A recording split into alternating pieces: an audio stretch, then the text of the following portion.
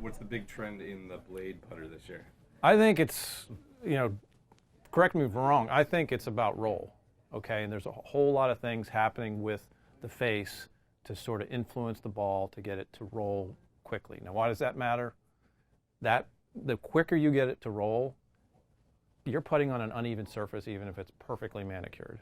If it's rolling end over end, it's going to be less disturbed by any sort of imperfections or undulations in the green. Yeah, what people don't understand is there's actual launch angle in a putt.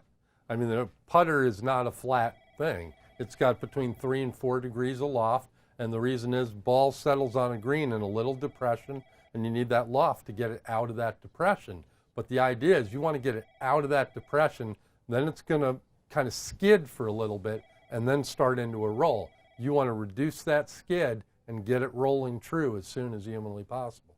So growing up, I played a blade. Then I moved on to a mallet putter. Which should I be playing?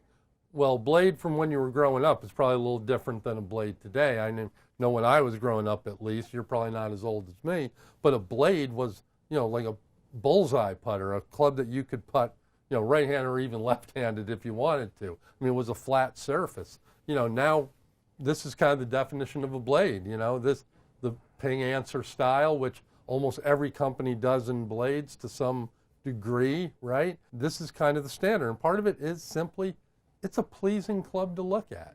A blade putter guy wants to be able to put a club down and it catches his eye to where he actually wants to hit a putt. But I think what people forget about putters, like they forget of various other sections of the bag, is that fitting is so much part of the equation.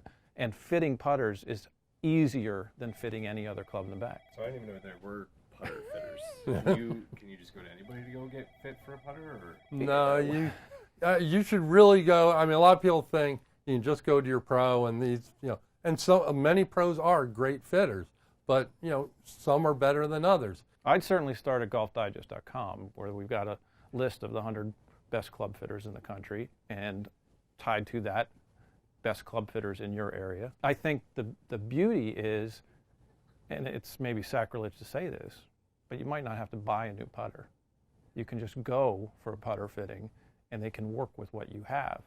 I will admit that I have a club in my bag, my putter, that's been in there for 6-7 years, but it's been fit 3 times. But that doesn't mean that the technology isn't improving. It is. As Mike said, people are becoming more comfortable with their putters, but still kind of the club you love to hate. And when you do eventually hate it and you're ready to make a change, they've done a lot in the terms, like on the face. For years we saw a lot of groove stories, and they really just put grooves on the face and called it a groove story. But now they really are meaningful things. And that's why I think a mallet is so much better, because the impact is so varied on most average golfers. But with a mallet, you're going to get a wider area that you're going to get consistent roll. So yeah, but with a mallet, you can't do that. That's true.